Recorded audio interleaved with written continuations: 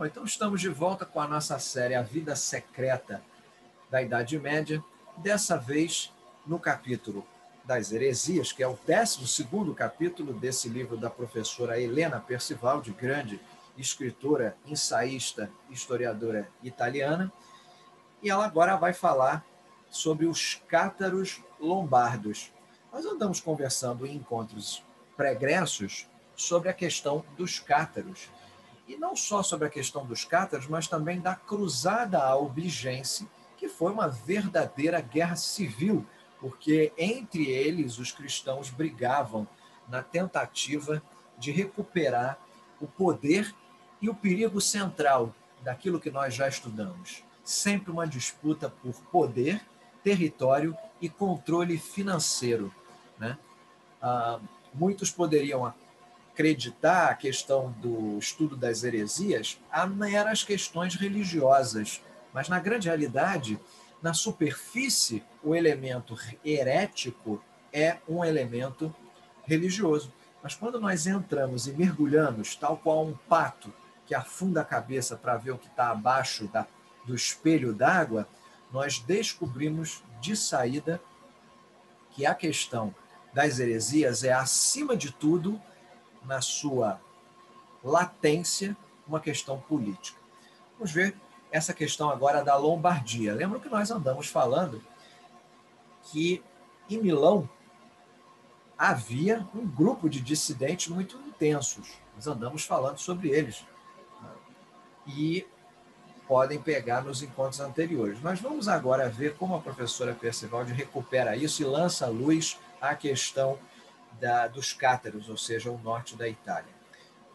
Diz ela, durante esse longo e sangrento conflito, ela se refere à cruzada albigense, alguns cátaros albigenses, como vimos oriundos de Albion, a capital deles, se refugiaram na planície padana. O nome vem da cidade de Pádua, dando novo impulso aos seus confrades que já estavam estabelecidos ali na área cisalpina, uma referência à localização geográfica dos Alpes aí. Na Itália, perto da metade do século XIII, a igreja cátara mais importante era Concorezzo, na Lombardia, que tinha o seu centro na cidadezinha homônima de Brianzola e contava com pouco mais de 1.000 adeptos. Então estamos falando aqui de algo muito específico, dentro do que o Carlo Ginzburg chama de microhistória. Então vemos uma professora italiana aplicando um exercício de microhistória italiana. Vimos a questão mais ampla dos cátaros e agora vamos ver o detalhe nessa comunidade de 1.000 adeptos. Outras igrejas estavam presentes. De outras igrejas estariam presentes, então, por exemplo, em Desenzano, em Mantua, em Vicenza e em Verona. Pelo menos 4 ela cita. Então temos Brianzola, com mais ou menos 1.000 pessoas, Desenzano, Mantua, Vicenza e Verona. Todas elas nessa região ali, cisalpina da planície padana. A carga subversiva do movimento pode ser percebida com uma simples consideração. Quando ela usa a palavra subversiva, é óbvio que ela faz quase que uma alfinetada na igreja tradicional católica, porque a percepção dos cátaros como subversivos é apenas a percepção católica, né? Os próprios cátaros e outros não percebiam os cátaros como subversivos, mas sim como tentar, assim, propelidores da ordem original que a igreja acabou se perdendo em função da corrupção, né? Então vamos sublinhar o seguinte, direto aqui, vamos sublinhar alguns, lá na primeira linha, alguns cátaros albigenses se refugiaram na planície padana. E vamos começar a sublinhar essa frase aqui. A carga subversiva do movimento pode ser percebida com uma simples consideração. À frente das igrejas da Lombardia como bispo estava certo Marco, homem de origem muito pobre. E o que quer dizer isso que nós sublinhamos? Que à frente das igrejas da Lombardia estava o bispo Marco, homem de origem muito pobre. Era como se eles estivessem dizer, esclarece ela, que não era necessário ser nobre ou ser rico para se ter um cargo importante, algo impensável na Igreja Católica dessa época. Bastaria para isso as capacidades necessárias, sem necessidade de estipêndio, de manter grandes posses, e assim, né, pelas qualidades pecuniárias, conquistar o cargo. Isso era chamado de indulgência, era a venda dos cargos da parte da igreja. E isso acontecia passé partout na Europa. E a Itália não era diferente, aliás, era um dos grandes núcleos de vendas de cargos eclesiásticos. Isso era um tapa na cara da Igreja Católica. E isso a Igreja Católica vai considerar como subversão, onde já se viu um homem pobre, humilde, que apenas por seus méritos espirituais vai ser bispo da igreja. Ora, isso é um absurdo. A gente brinca, mas são as idiosincrasias da igreja medieval que prenunciam, na verdade, que não havia atrás da heresia uma questão espiritual, mas sim uma questão política. Tal situação, segue a professora, estaria no limiar de uma revolução social. Vamos sublinhar essa frase curta e poderosa. Tal situação estaria no limiar de uma revolução social. Eis aí um motivo a mais para que as autoridades eclesiásticas buscassem eliminar essa presença, que em longo prazo poderia incomodar. Não tanto a doutrina cátara em si, quanto o espírito revolucionário que ela poderia representar. Então, trata-se do cátaro lombardo Marco, nessa figura que eles vão tentar desesperadamente apagar da história, porque não admitiam a existência de uma figura que pudesse, em algum momento, ser de origem humilde. Vamos ver onde que essa brincadeira vai dar dentro do coração do catarismo. As fogueiras, diz ela no segundo parágrafo, se acenderam no Piemonte, em Placência e até na região de Verona. A repressão, todavia, não foi sem reação. Se em Orvieto os cátaros reduziram a graves condições o podestade Pedro Parenzo, amigo do Papa, uma lenda talvez criada, consta que em 1252, pouco distante de Giussano, nas proximidades de Monza, um frade dominicano inquisidor de nome Pedro de Verona, que parece até que era de família cátara, foi morto pelos hereges enquanto desempenhava suas funções. A figura de Pedro, logo santificado pelo Papa, foi adotada pela Igreja como modelo de redenção a ser proposto aos cátaros que se arrependessem. Quer dizer, usaram a origem dele familiar cátara para mostrar que aos cátaros não era negada a salvação desde que eles se arrependessem de serem assim tão hereges. O objetivo era recuperar os hereges para o seio católico. Lembrem que eles estão sendo chamados de hereges pelos católicos. Porque, afinal, quando você olhava na grande estrutura, o que esses cátaros estavam exigindo? Ordenação, regramento da igreja, o fim da venda de cargos, a não dependência dos ritos tradicionais da igreja para que o homem se conectasse ao divino e, acima de tudo, aquela natureza dual que tem origem no gnosticismo. Né? E no coração do catarismo está um combate à corrupção sem pudores que estava no seio da Igreja Católica. Então, a Igreja Católica, que não queria que nada mudasse, os via como hereges, e quem acendia as fogueiras e tacava fogo em quem precisasse. O estratagema, diz a professora, parece ter funcionado. Então, a gente vai precisar fazer algumas sublinhadas aqui importantes. Vemos aqui, vamos sublinhar assim. Podestade Pedro Parenzo, amigo do Papa. Isso é a primeira coisa que a gente sublinha. Depois a gente sublinha Pedro de Verona, um frade dominicano inquisidor. Pedro de Verona, que parece ser de família cátara, foi morto pelos hereges. Já é o suficiente. A figura de Pedro, logo santificado, foi adotado como modelo de redenção a ser proposto aos cátaros que se arrependessem. E aí já está suficiente.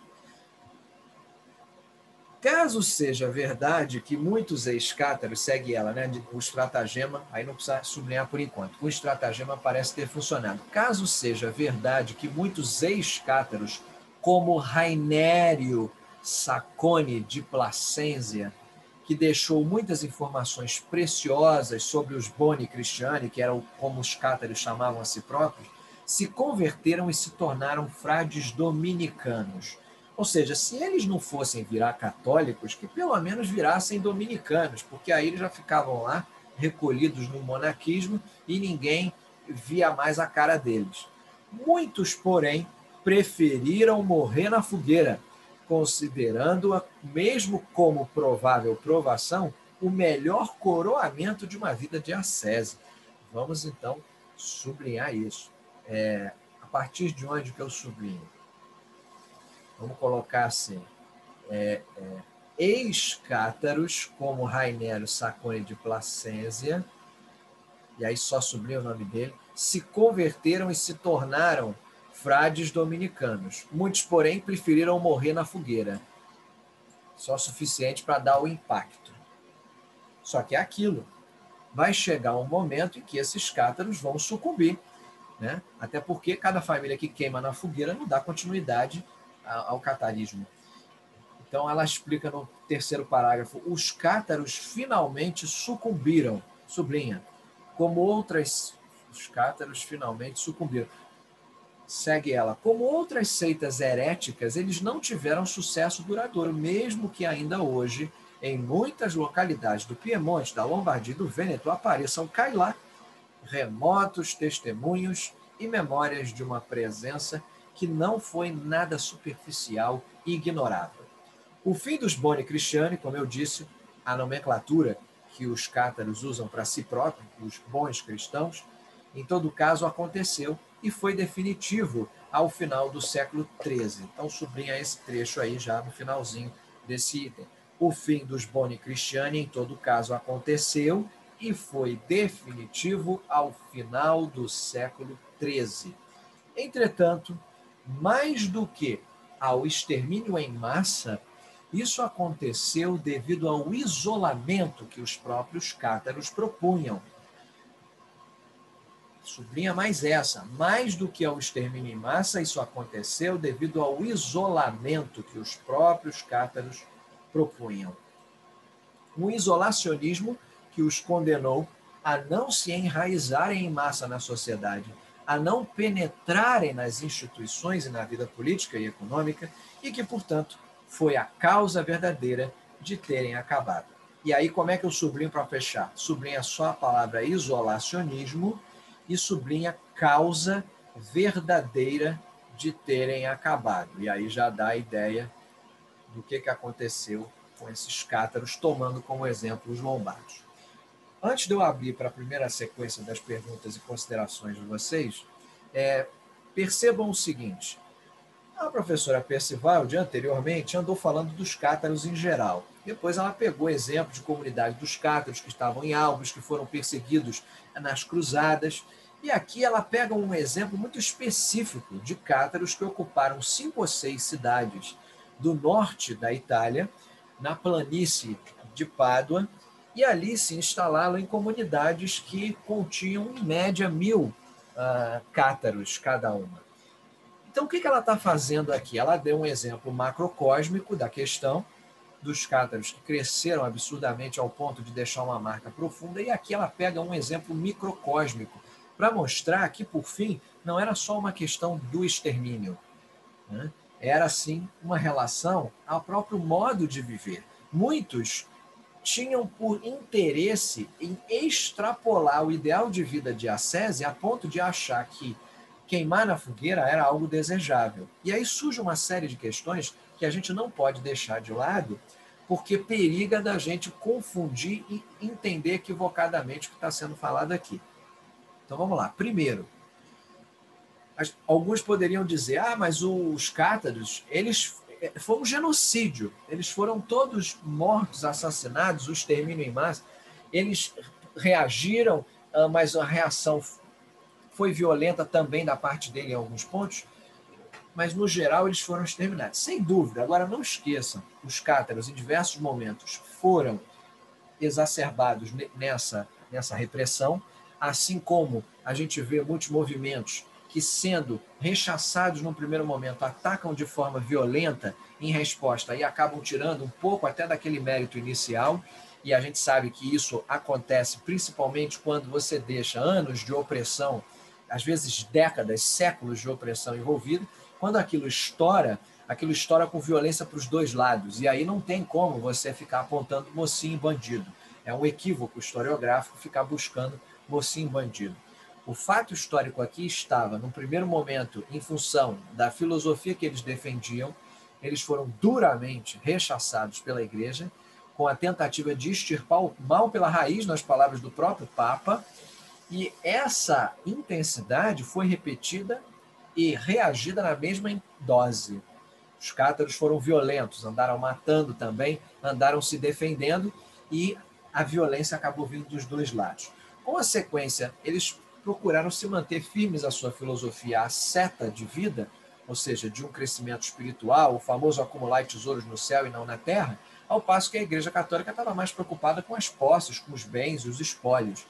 Então começou uma verdadeira perseguição de derrubar e expoliar a maioria dos grandes líderes cátaros, muitos deles dissidentes, aproveitadores da Igreja Católica, que se tornaram cátaros apenas para poder manterem vida de concubinato e outras coisas mais que eram recriminadas pelos cátaros, mas em função da posição de poder que esses homens tinham, muitos bispos e arcebispos de diversos pontos da Europa, acabaram aceitando a presença incômoda, mas necessária, para que agregasse poder e valor à Igreja Cátara.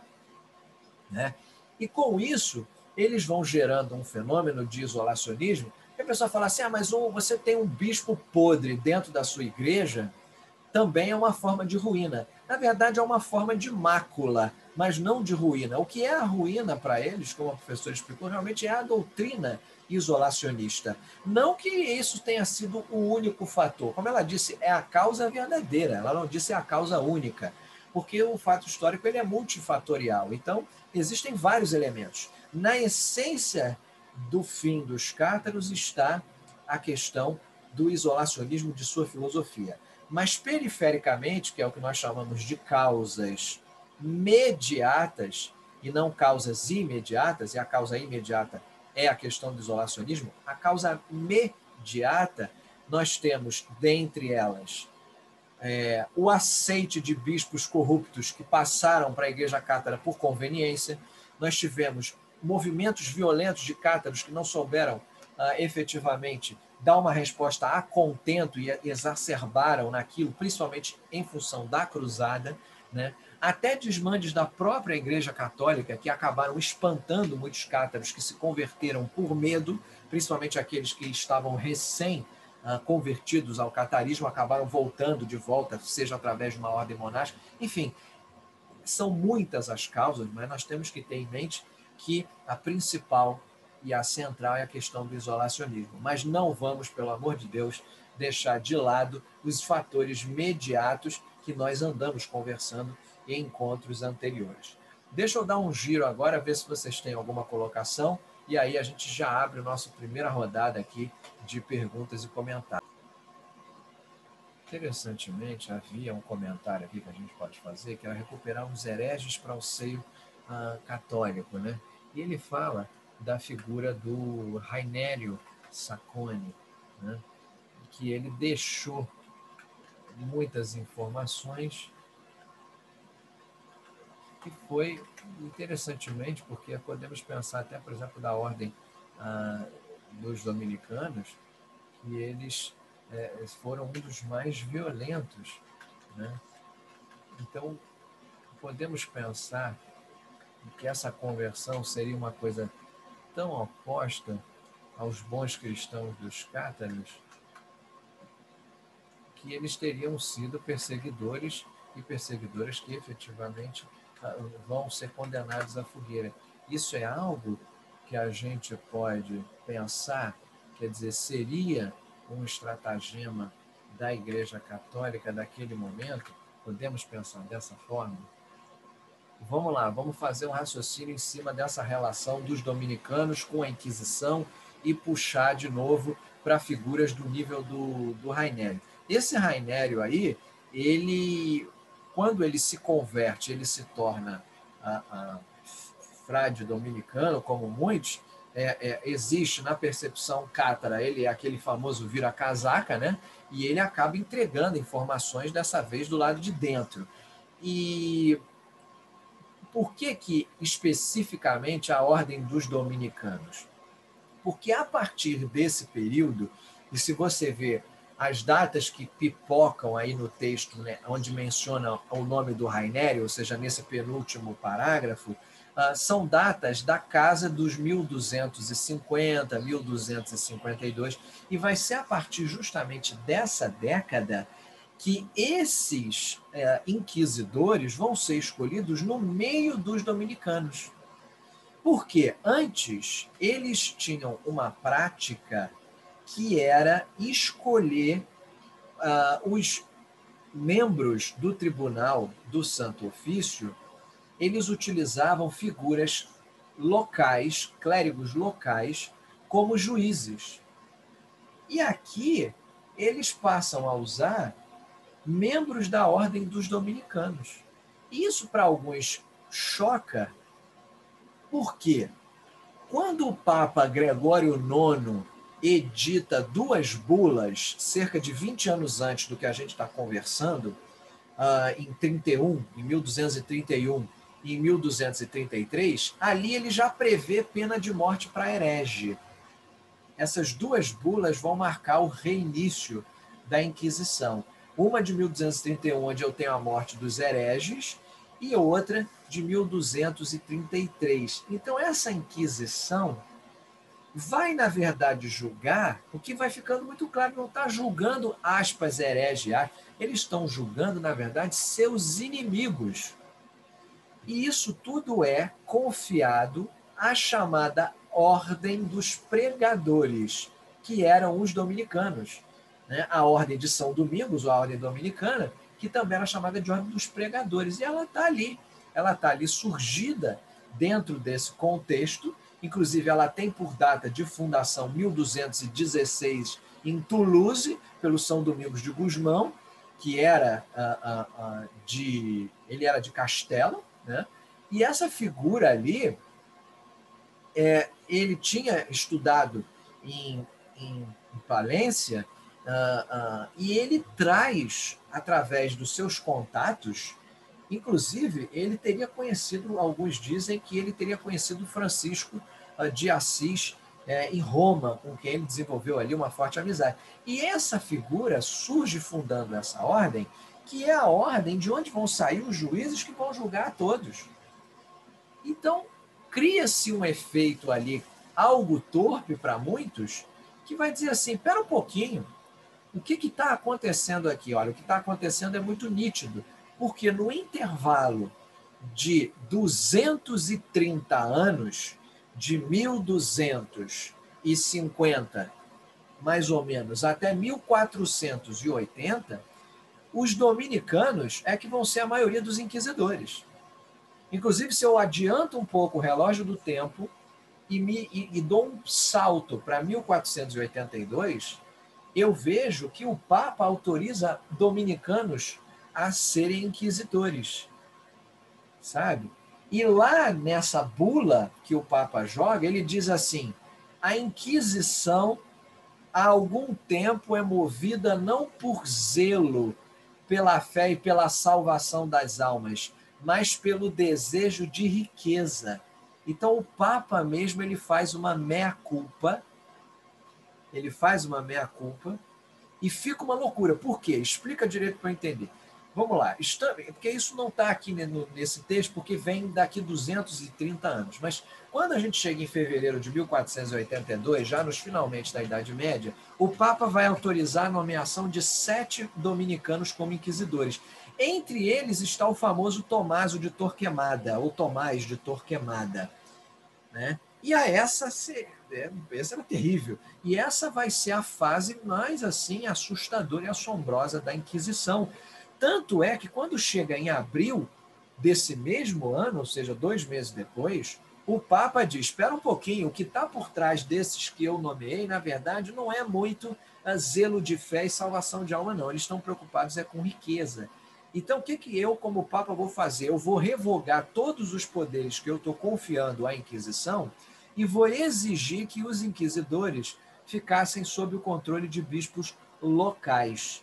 E aí eu volto à prática que era anterior. Então é muito louco, porque se a gente for também analisar a questão profunda dos desmandes da Inquisição, muito está o fato de, durante 230 anos, 250 para alguns, eu tenho uma Inquisição dominada pela chamada Ordem dos Pregadores, que é a Ordem dos Dominicanos. O que ajuda a explicar o porquê que uma pessoa como o Rainério Sacconi, ao deixar de ser cátaro, queria ser dominicano.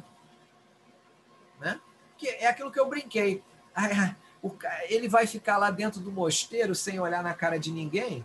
Né? Foi a brincadeira que eu fiz. Claro que não. Ele vai querer estar na batalha, de frente, ajudando a matar aqueles que outrora o acolheram. Né? É o nível do caráter de alguns convertidos. Você está defendendo o cátaro? Não. O que eu estou falando aqui é uma questão ética.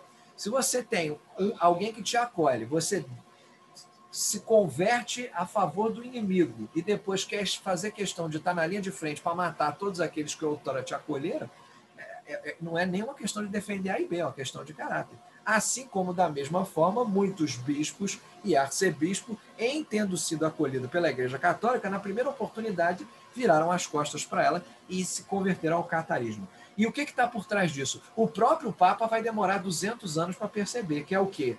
Riqueza. Desejo de riqueza. Por que eles se convertiam, esses bispos católicos, ao catarismo? Porque ele não queria perder as concubinas, não queria perder a terra.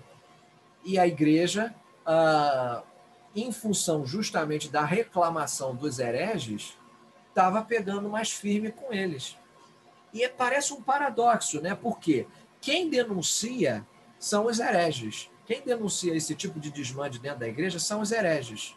No entanto, os hereges, num determinado momento, acabam acolhendo os próprios corruptos no seu seio por uma questão até de sobrevivência, porque eles tinham meios. Né? Então é assim, você dá um passo para trás, aceitando um cara cheio de propriedades e com 4 esposas, mas a longo prazo você está dando um passo para frente para ampliar a nossa pegada, né? A nossa impressão aqui ao longo desse processo. Então vocês veem que nem tudo aparentemente é lógico, mas quando você pensa no raciocínio do desejo de riqueza, o desejo de poder, engraçado, tudo subitamente começa a fazer sentido. É por isso que eu, assim como a professora Percivaldi, advogo e admoesto a todos vocês que raciocinem a questão das heresias na Idade Média não pelo prisma da questão doutrinária, da questão religiosa, da questão de matéria de fé e de salvação de almas, mas, como bem disse o Papa em 1482, pelo desejo de riqueza e pelo desejo de poder. Né? Não precisa ir muito longe. Se a gente voltar lá no começo desse nosso capítulo, e eu permito aqui dar uma zonzeira em todos, voltando lá no início, quando ela vai falar da questão da corrupção, né? O que ela cita no último parágrafo, logo da introdução desse capítulo 12, que eu sublinhei em vermelho? Além do motivo doutrinal, o motivo de fundo para que as heresias fossem consideradas um perigo, 2 pontos. Elas poderiam ser potencialmente subversivas, sobretudo ao Estado. Então, isso é fundamental. Você entendendo essa ideia de que a subversão é uma subversão estatal, você entende que aqui não é briga de doutrina. Ah, Jesus é trino, Jesus é uno. Ah, mas a natureza divina, a natureza... Né? Mas não, na verdade, nada de relação com isso. E sim relação com questões de poder e questões de Estado. Um outro comentário da questão da ortodoxia, da reta doutrina, das propostas de discussão, termina justamente aí, né? Quer dizer, termina numa retomada violenta da Santa Inquisição, ou que Santa só tinha um nome, que vai efetivamente, né? O comentário que está sendo feito é um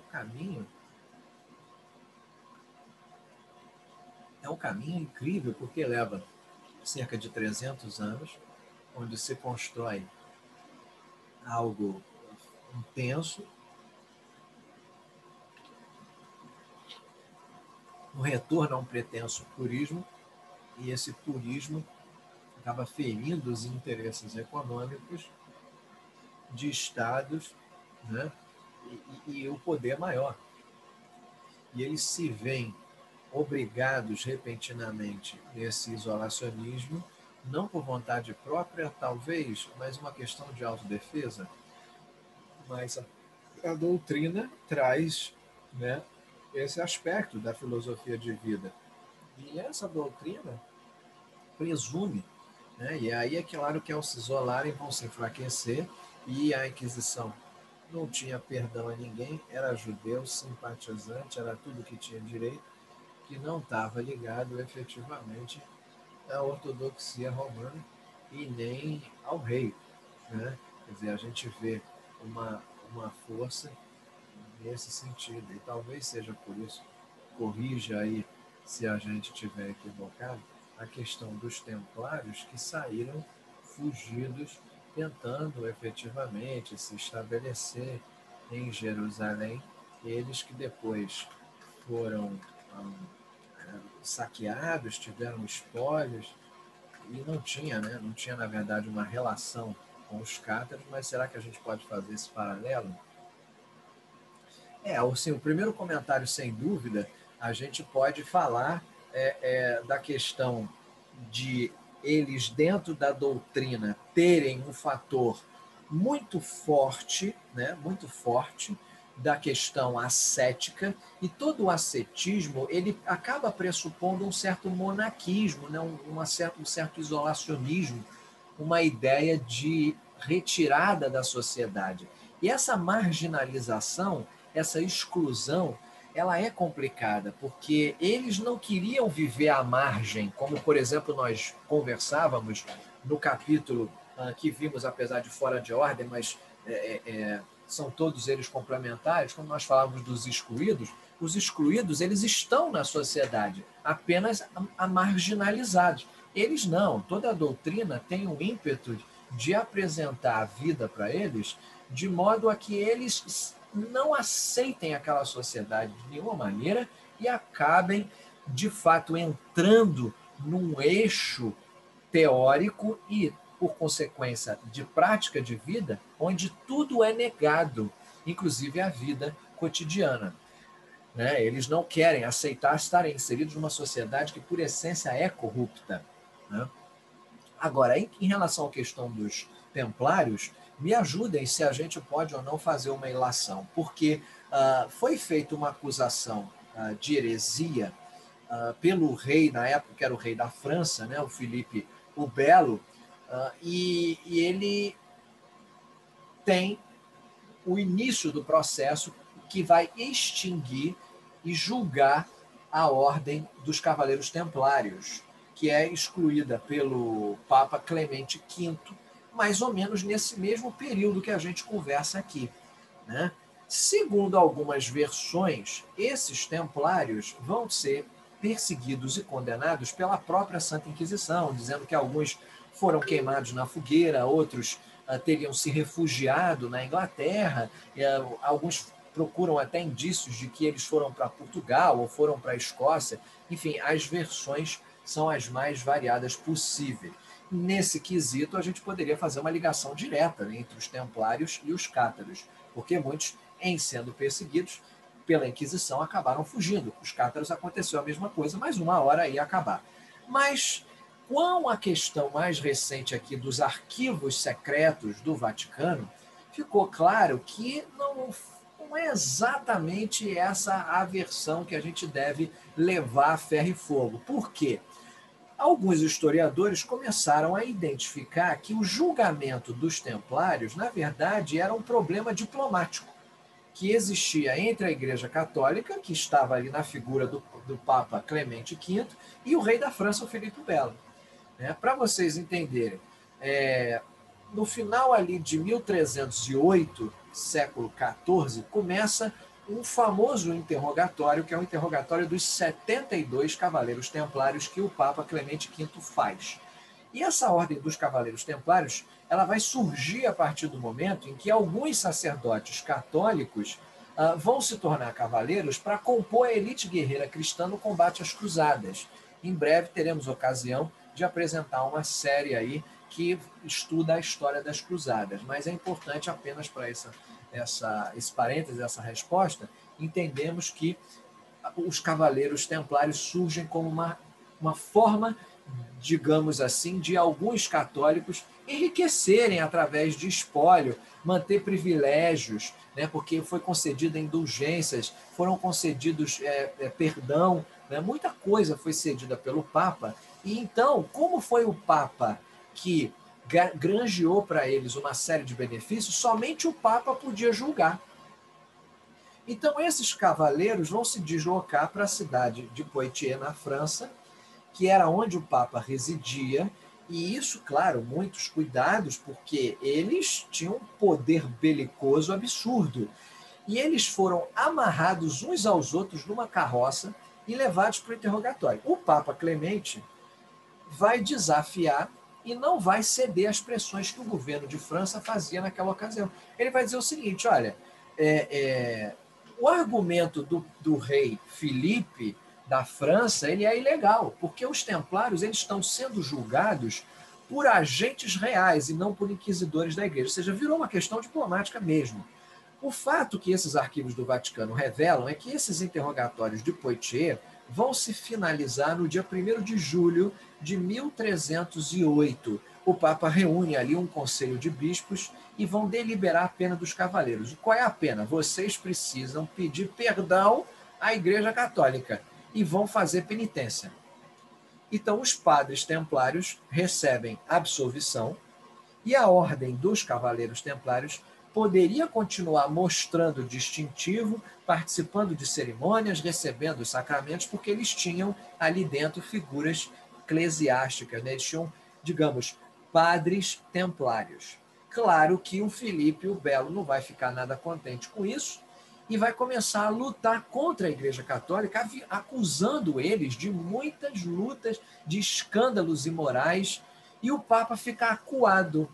Porque se ele continuasse a defender os templários, como a igreja vinha defendendo até então, e quando eu digo igreja eu me refiro à Igreja Católica, ia ter uma cisão dentro da Igreja Católica. Ia criar-se uma igreja na França separada da Igreja de Roma. Então o Papa, diante dessa crise diplomática, ele se vê diante da cruz e da espada. E qual é o dilema? Qual é o conundrum do nosso Papa? Ou eu salvo os templários, ou eu opto pela unidade dos cristãos. Aí vem um concílio, que é o concílio chamado de Vienne, que é de 1311, 1312, onde ele diz, eu não vou condenar os templários à prisão ou à morte, como o rei da França queria, não vou, mas eu vou fechar a ordem. Então, eles não foram condenados à fogueira pela Inquisição, como até então se acreditava.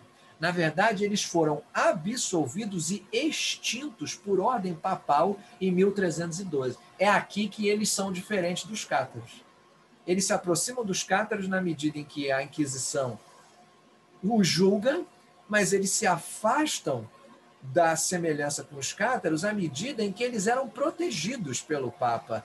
Porque é aquela velha história, olha, eu roubei, eu pintei o caneco, eu sou procurador, e xinguei todo mundo. Ah, não, vamos fazer o seguinte, você é feio, não pode fazer mais isso, ai, ai, ai, vai ser aposentado compulsoriamente, com proventos integrais, para aprender a não fazer mais isso. Ora, Mas que diacho de punição é essa? Quer dizer, eles foram absolvidos e a ordem foi extinta, isso em 1312, né? Que não está muito longe, são 60 anos aqui desse período. Agora, não esqueçam que os cátaros, por volta aí desse período de 1260, 1270, estão indo de forma lenta e progressiva desaparecendo.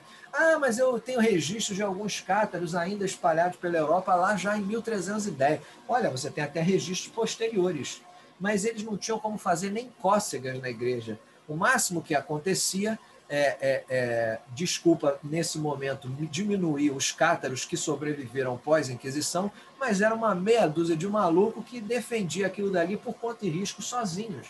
Nem conseguiam formar verdadeiras comunidades e, quando formavam, elas eram muito reduzidas, né? Então, vejam que, em tese, eles estão muito próximos aos templários, mas, na realidade profunda, eles estão muito afastados. Por quê? Na superfície, todos dois foram condenados pela Inquisição, mas na raiz profunda da coisa, os templários foram criados e protegidos o tempo inteiro pela Igreja, ao passo que os cátaros não foram criados justamente para condenar a detração dos desmandes da Igreja Católica. Vê se ficou bom esse raciocínio e deu para entender a relação entre cátaros e templários. Agora, um caso que é interessante, um caso interessante, é a questão do Jacques de Molay, né, que ele dispara uma ordem e acaba assassinando, né, e vem a destituição da ordem do Papa. Então havia uma briga ali, né, talvez até um comum acordo no raciocínio profundo do Filipe Belo para a execução dessas ordens. Olha, existem teorias nesse sentido, mas assim, os fundamentos que a gente tem são poucos. Por quê? Porque assim, eles foram presos. Isso é fato, né? Eles foram presos, isso foi, deixa eu ver, 7, 8, 9, 10 anos, 5 anos antes da ordem ser dissolvida, eles foram presos. O Desmoulins, ele entra como último grão-mestre dos Templários em 1298, né? Então isso daí, ele já está ali há um tempinho, 1209, já tinha praticamente 10 anos que ele estava à frente da ordem, né? E ele estava tentando propelir uma nova cruzada, sabe? Ele, inclusive, ele estava no Chipre tentando enfraquecer os mamelucos e tal para poder forçar uma barra ali de uma nova cruzada.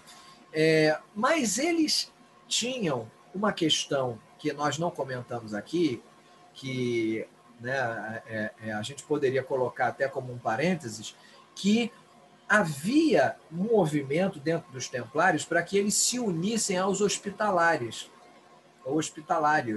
né? Havia esse movimento interno. Então, eles vão, num primeiro momento, apresentar essa defesa em Poitiers, em 1307, junto do Papa, para contra-argumentar essa fusão. Eu não quero essa fusão, os templários não queriam. E aí, essa fusão não acontece. Isso é maio de 1307. Quando chega em outubro, aí o rei da França faz com que prendam vários prisões em massa dos templários, inclusive do Desmoulins, que é preso em Paris, o Jacques Desmoulins, que era preso em Paris. Logo depois, né, a gente vai ver uma manobra, que é uma manobra do rei, para impedir que o Papa agisse lá dentro da igreja, digamos assim, passando a mão na cabeça dos templários. E ele sem dúvida, ele foi preso, ele foi torturado, fez uma série, alguns especulam, né, que ele teria feito confissões, mas na verdade ele não fez, ele só foi torturado e disseram que ele concordava, e isso gerou, aí foi o início desse conflito diplomático que eu narrei. E o Papa era a única pessoa que podia resolver a questão. Só que, no meio desse cenário, né, o Jacques Desmoulins, ele já tinha sido vítima de uma série de desmandes ali. Foi torturado, e eles ficaram com o Jacques Desmoulins. Então, quando há a extinção da ordem em 1312 pelo Papa Clemente, né, o grão-mestre deles, que era o Jacques de Molay, está sob custódia, ele está preso dos agentes do rei na Normandia. Ele tinha sido levado para a Normandia. E aí fica aquela situação. O que a gente vai fazer com esses prisioneiros? Quer dizer, a ordem já tinha sido extinta há 2 anos, e aí o rei, o Filipe, pressiona de novo o Papa. Quer dizer, um novo desdobramento dessa fofoca que a gente estava conversando na pergunta anterior. E ele tinha muita hemorragia nesse momento. O Papa Clemente V, ele estava com uma doença e ele praticamente despachava do leito dentro da Santa Sé. E ele coloca, ele nomeia uma comissão de bispos para resolver a questão. E o negócio é o seguinte: vamos salvar esses prisioneiros, só que eles vão ficar em prisão perpétua sob custódia apostólica, né? E isso garantiria para o Filipe que, apesar de não ter terminado como ele gostaria, a ordem não ia ter como se reorganizar, porque os últimos templários, vamos assim dizer, eles estariam sob custódia apostólica. E aí, o Jacques de Monnet e o Godofredo de Charnay, que era um outro também que estava vinculado a esse movimento, eles vão tentar proclamar a inocência da ordem, aproveitando que o Papa já tinha visto. Só que o Filipe, nessas alturas, ele fala assim: olha, quer saber de uma coisa? Eu já estou de saco cheio, acabaram com a ordem, então agora eu vou resolver a coisa do meu jeito. Eles já tinham entregue o Jacques de Monnet e o Godofredo de Charnay, já tinham sido entregues a uma comissão de bispos, estavam sob custódia apostólica. Sabe o que ele faz? Ele vai lá, dá um golpe, rapta os dois e alguns outros que estavam com eles, mas não todos. Eles pegam assim os figurões, os importantes, e fazem uma fogueira na Ile de la Cité, em Paris, e tacam fogo neles, imolam eles vivos em março de 1314. Então ele virou ali um símbolo daquela lealdade de companheirismo, porque ele morreu sem entregar os companheiros. Mas isso 2 anos depois da ordem já extinta, né? Então é importante também, aproveitando essa pergunta, para a gente complementar essa relação com esse parênteses que eu fiz sobre os templários, é importante também frisar que essas considerações de muitos como hereges, os templários, vejam, pelo amor de Deus, eles foram absolvidos pelo Papa. Eles não poderiam ser considerados como hereges, como foram os cátaros. Mas, no entanto, para muitos dentro da igreja, eles eram tão hereges quanto. E aí junta perfeitamente com o que a gente está falando aqui. Não querem saber se a questão é doutrinária. Ah, mas o Papa absolveu, então não posso falar que eles tecnicamente hereges. Não, mas não interessa, eles eram tratados como hereges. Por quê? Porque não atendiam os interesses. Qual era o medo, afinal de contas, que o Filipe o Belo tinha que fazia com que ele quisesse exterminar esses templários? Porra, é disputa territorial, disputa... Quem você acha que estava lá nas cruzadas com eles eram os nobres franceses. Quando eles viram que os templários cresceram, eles começaram a ficar preocupados. Ah, ele está preocupado que o templário vai discutir uma questão doutrinária com ele? Claro que não, eles estão preocupados dos templários conquistar território e dominar áreas que eles outrora controlavam. É isso. O que mais preocupava o Filipe o Belo? Que eles estivessem organizando uma nova cruzada, que eles estivessem na Ilha de Chipre se movimentando e, principalmente, que eles fossem uma força militar. Esse era o medo, né? Era uma questão estratégica, né? E aí, nesse quesito, os paralelos com os cátaros são encerrados, porque fica apenas na questão deles terem sido julgados pela Inquisição, mas os interesses em jogo eram outros.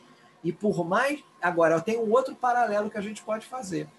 Não só o paralelo com os dos templários e dos cátaros, que eles foram julgados pela Inquisição, mas também podemos traçar o paralelo de que os templários, assim como os cátaros, tiveram uma longa pegada que demorou muito tempo para ser apagada depois da finalização oficial de suas instituições. Então, mesmo quando a igreja cátara foi literalmente queimada na fogueira com seus últimos membros, ainda assim existiam cátaros e influência de cátaros que perduraram durante séculos.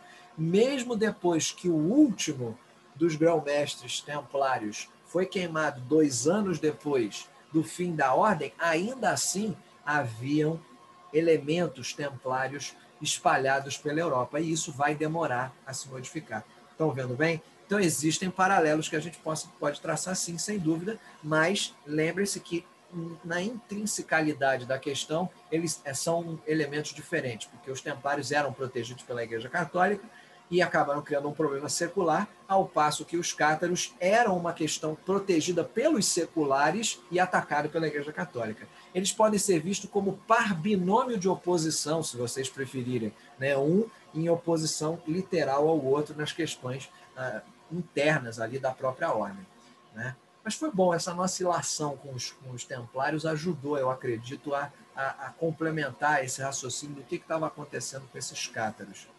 Vê se a gente quer colocar mais algum raciocínio aí dentro dessa questão, até esse ponto que nós abordamos aqui desse item. Mais um comentário aqui que está sendo feito. Os bons cristãos, eles defendem matéria de fé. Os templários eram cavaleiros, né? Cavaleiros da Ordem do Templo. Então havia uma questão mais política evidente e militar, né? Muito mais evidente.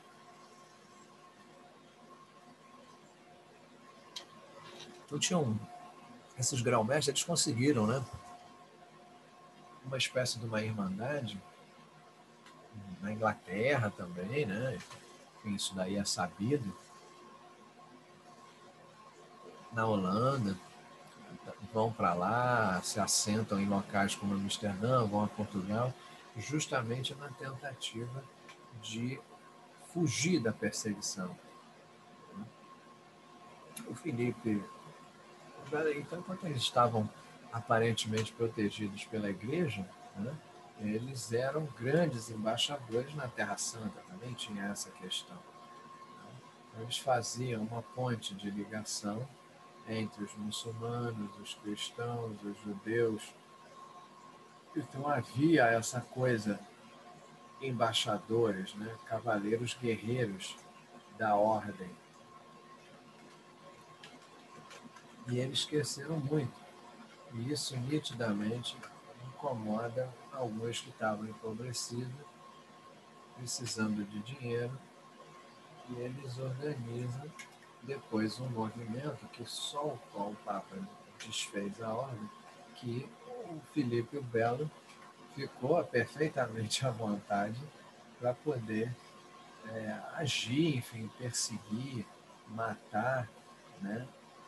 Então, havia também a ideia do confisco das propriedades, contas que eram bloqueadas, organização que era fora da coisa. Então, há um elemento muito forte que é a questão da maçonaria, da franco-maçonaria, que a gente poderia fazer essa relação. Um outro comentário que também está surgindo aqui, como um complemento a esse raciocínio, é que na história a gente vê que a expansão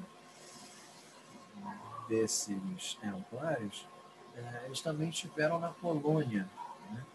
E o catolicismo muito forte na Polônia, eles tiveram um enfoque histórico ali, né? A gente poderia colocar alguma informação sobre isso, nessa questão da presença na Polônia, um aspecto forte deles que estavam ali. Será que a gente poderia citar alguma coisa nesse sentido? Existem, né, de fato, alguns registros estão tornando-se cada vez mais públicos de presença templária na Polônia. Inclusive, eles chegaram a encontrar algumas igrejas, principalmente na Pomerânia, né, onde eles andaram nessa época, 1230, 1230 e pouco. Eles ajudaram muitas construções que foram realizadas ali nessa região da Polônia, né, na Pomerânia, seria Pomerânia Ocidental, né? E conforme você vai estudando, você encontra não só documentos, mas túneis e os símbolos deles estão presentes. De forma explícita, não. Curiosamente, na Polônia, eles estavam mais presentes de forma velada. Tanto que a maior parte dos símbolos eles são encontrados nas criptas de igrejas que foram escavadas por arqueólogos. A maior parte dessas igrejas datando do século XIII. Né? Agora, é claro que é muito complicado, porque você tem que descer ao solo, né? Você tem alguns ali uma profundidade, às vezes até que a própria vegetação ocupa, e você tem que descer a uma profundidade, né, para fazer essa análise. Mas, de qualquer maneira, ali havia, sim, uma presença, não só de os templários propriamente ditos, mas também aqueles vinculados à regra dos templários, como os teutônicos, né, que tinham uma base em Gdansk, né, que definitivamente vão ter uma força muito grande, principalmente no século XIII. O problema de você estudar a Polônia medieval é que a Polônia era muito fragmentada nesse período em que os templários vão surgir por ali. Né? Então, esse período aí, nas primeiras décadas do século XIV, a Polônia era muito fragmentada, aqueles feudos todos brigavam ali entre eles, e eu vinha, de um lado, tinha problemas com os mongóis da Hungria, eu via invasões da Transilvânia, e assim, tem um lado que é positivo, que é o fato de que várias regiões da Polônia não chegaram a ser atingidas pela peste negra. E isso ajuda a manutenção e o crescimento de várias estruturas que no resto da Europa acabaram sendo destruídas. Se houver um interesse de vocês, procurem informações pela internet sobre o Duque Ladislau I. O Ladislau I, por volta ali de 1320, ele tem ligação com a ordem teutônica, com os alemães, com os prussianos, que foram contratados como mercenários. Ele contratou esse Ladislau, né, o Duque Ladislau I, contratou mercenários, inclusive templários, para unificar a faixa litorânea ali do reino dele, que ainda estava resistente. E aquilo custou muito caro, e os teutônicos voltaram para cobrar a dívida dele. O Ladislau falou, olha, não pago, estou sem condições, e os teutônicos dominaram toda a região de Danzig, D-A-N-Z-I-G, Danzig. Isso foi uma guerra sangrenta, muito terrível, que gerou uma espécie de um empate. Só que o revanchismo que os poloneses e os alemães desenvolveram a partir dali já estava plantado, porque eles só vão assinar um tratado de paz 10 anos depois. Então tem essas histórias assim no coração da Polônia. Busquem o reino polonês do Duque Ladislau I e vocês vão ver a briga e as relações não só com os templários, mas também com outros mercenários, além dos cavaleiros da ordem teutônica, né? Isso vai acrescentar muito aí no raciocínio de vocês. Uma outra coisa que eu acho importante comentar a essas alturas da nossa incursão é que quando você volta raciocinando na questão da heresia, né?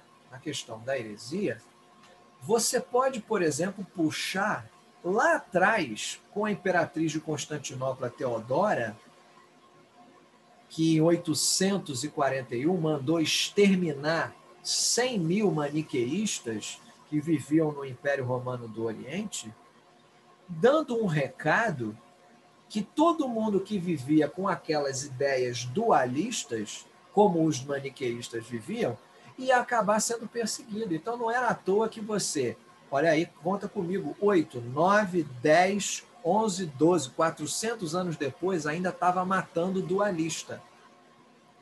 Né? E a gente precisa falar de uma coisa que não foi falada, que é a origem desses cátaros lombardos. Esses cátaros da Lombardia, eles são originários de um movimento chamado paulicianismo, que é um movimento que tem origem na Armênia. Ah, essa daí me pegou de supetão, mas é importante para a gente complementar. Já que a gente está aprofundando, né, vamos complementar. Vamos complementar. Por exemplo, qual é o raciocínio que eu tenho que ter aqui? Só para vocês entenderem, porque não adianta também a gente fazer um comentário sobre as origens se a gente não trouxer isso para a atualidade, né? Então vamos trazer, vamos complementar isso. Esses paulicianos, alguns chamavam eles de poblicianos, eles são uma seita de ascetas que vai surgir na Armênia no século VII e vão tomar esse nome de um patronímico chamado Poulik, ou filho de Paulo, na língua armênia, porque esses membros eles pensavam que eles viviam de acordo com o verdadeiro ensino de Paulo de Tarso. Então, tudo isso que eu estou contando para vocês agora é um complemento dos que vieram antes dos cátaros da Lombardia. Ah, por que você não falou desse paulicianismo quando você falou dos demais cátaros, os de França? Ora, porque esses paulicianos, eles, na verdade, deram origem, eles eram muito específicos. E eles vão ser um desdobramento nos cátaros da Lombardia, porque quando o paulicianismo termina, automaticamente emenda a ideia cátara que estava mais em voga. Eu conto a história para vocês, se vocês me permitirem. Vamos entrar nesse meio para vocês compreenderem a razão desse raciocínio que eu quero fazer. Por que eu quero fazer esse raciocínio? Né? Porque, como eu disse, esses cátaros de Lombardia, segundo vários historiadores, vão ter origem nos paulicianos. Né?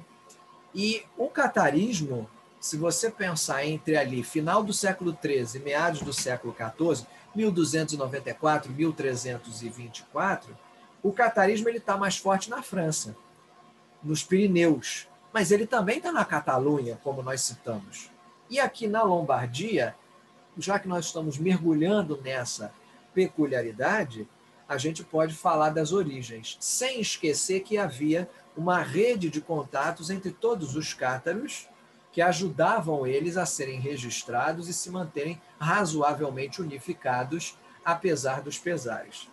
Então vamos raciocinar de onde vieram esses cátaros da Lombardia, porque lá no começo, e me permitam voltar aqui ao início desse tópico, onde a professora Percivaldi diz: alguns cátaros albigenses se refugiaram na planície padana. Ela já fala depois da cruzada. Eu quero falar antes e chegar até a cruzada para vocês entenderem, e talvez jogar até algum raciocínio posterior. Né? Primeiro, a questão histórica, depois a questão doutrinária. Esse paulicianismo, eles são dualistas, como eram os maniqueístas lá, condenados pela Teodora. Eles são fundados, portanto, de acordo com a tradição de Constantino de Manamali, no ano de 655. Esse Constantino, ele foi morto por um oficial das tropas bizantinas no ano de 682. E o cara que matou ele, um tal de Simeão, virou chefe da seita até o ano de 690, quando foi queimado na fogueira. Então vocês veem que o negócio de fogueira já é mais antigo do que a gente imagina. No ano de 717, essa comunidade pauliciana se reorganiza na cidade de Episparsis, que hoje se chama Erek, sem H, E-R-E-K, Erek, que fica no oeste da Armênia, hoje é Turquia, na fronteira com o Iraque. Nessa região, o que está acontecendo? Vários líderes vão se desenvolver e vão, um atrás do outro, incluindo um tal de Paulo, o Armênio, a que alguns atribuem o nome dessa seita. Claro que nem precisa enfatizar que muitas perseguições, disputas internas, guerras com os árabes, isso vai levar os paulicianos a praticamente se extinguirem. Só que surge uma figura chamada Sérgio, que causa um cisma entre aqueles que seguem a ideia do antigo chefe Baanis, os chamados Baanitas, e uma nova corrente comandada por esse Sérgio. Nessa nova corrente, a seita vai ter um novo vigor e vai se expandir primeiro na Cilícia, com C de casa, na Cilícia, e depois em toda a região da Ásia Menor. Nessa época, o Império Bizantino era governado pela dinastia Isauriana, que era tão iconoclasta quanto os paulicianos eram. Então, houve ali um ponto de contato, a questão da iconoclastia. Nicéforos I, que governou entre 802 e 811, vai, portanto, tolerar a presença deles, afinal, eles eram iconoclastas como os bizantinos, só que tinha um detalhe: eles tinham que aceitar o serviço militar para lutar contra o islamismo. Depois vem o imperador Teófilo, do Império Bizantino, e Miguel III, e aí já falamos do século IX, 813 até mais ou menos 867, e as perseguições recomeçam, provocando uma rebelião desses paulicianos, que apesar do tal Sérgio fazer apelos pacifistas, vão se aliar com os árabes, que eram inimigos do Império, né? E aí vocês vão ver a formação de um estado de origem pauliciana, isso na Anatólia, por volta de 856, e eles vão eleger como capital a cidade de Teferique, que hoje se chama Divrige. O líder deles morre, o cara se chamava Carbeas, e por 10 anos manteve o seu sucessor Crisoceir as tropas de Bizâncio sob o seu controle, levando então o exército para Éfeso e para as costas opostas de Constantinopla. Só para vocês entenderem o que já deve estar parecendo muito confuso, os paulicianos eles são derrotados, mas o líder deles é morto, a capital é destruída e assim acaba o reinado efêmero deles. Só para vocês entenderem um pequeno bastidor da história.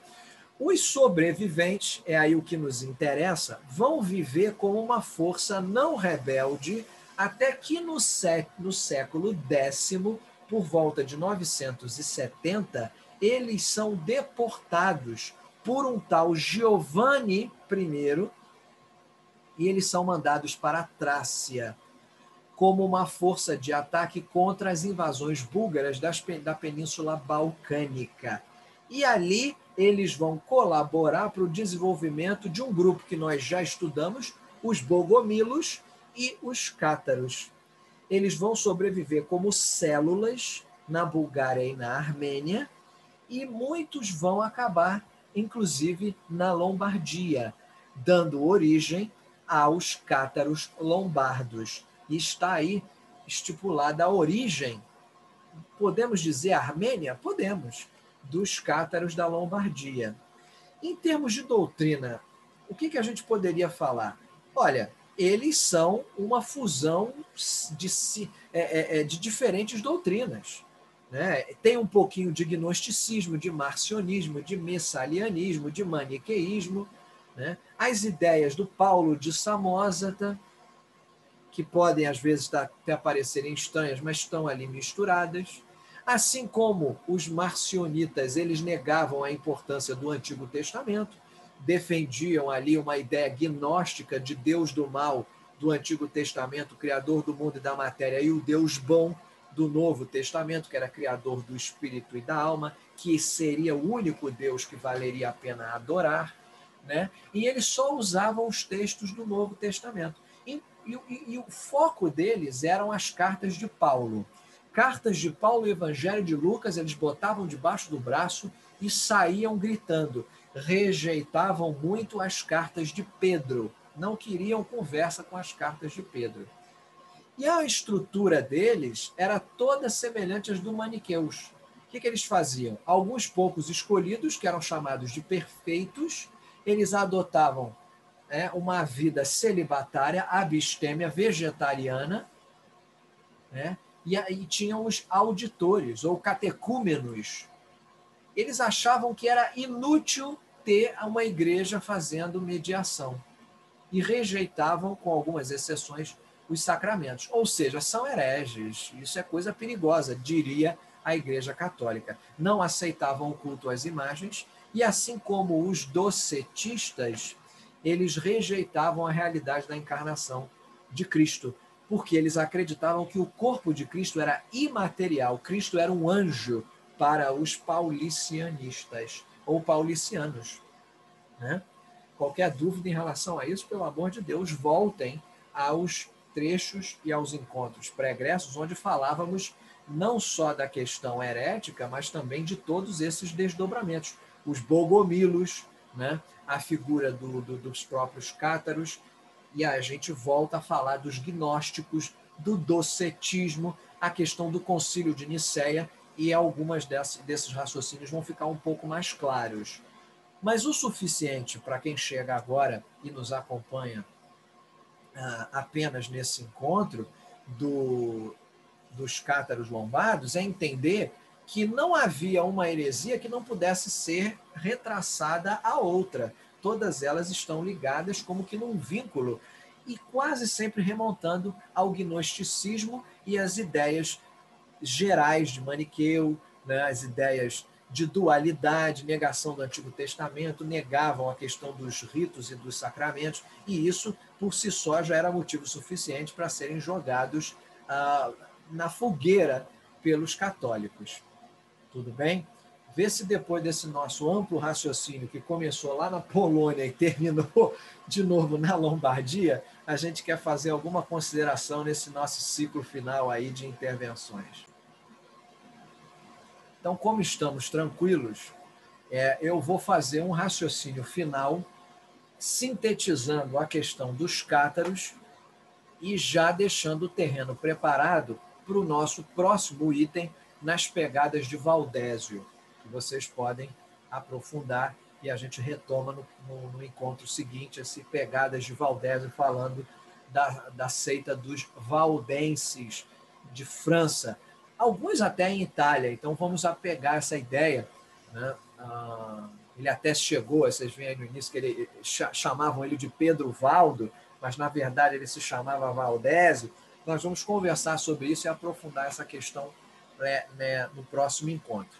Mas não podemos nos despedir dos cátaros, que já nos acompanham há pelo menos uns 3 encontros, sem fazer um raciocínio amplo que resuma tudo o que nós vimos.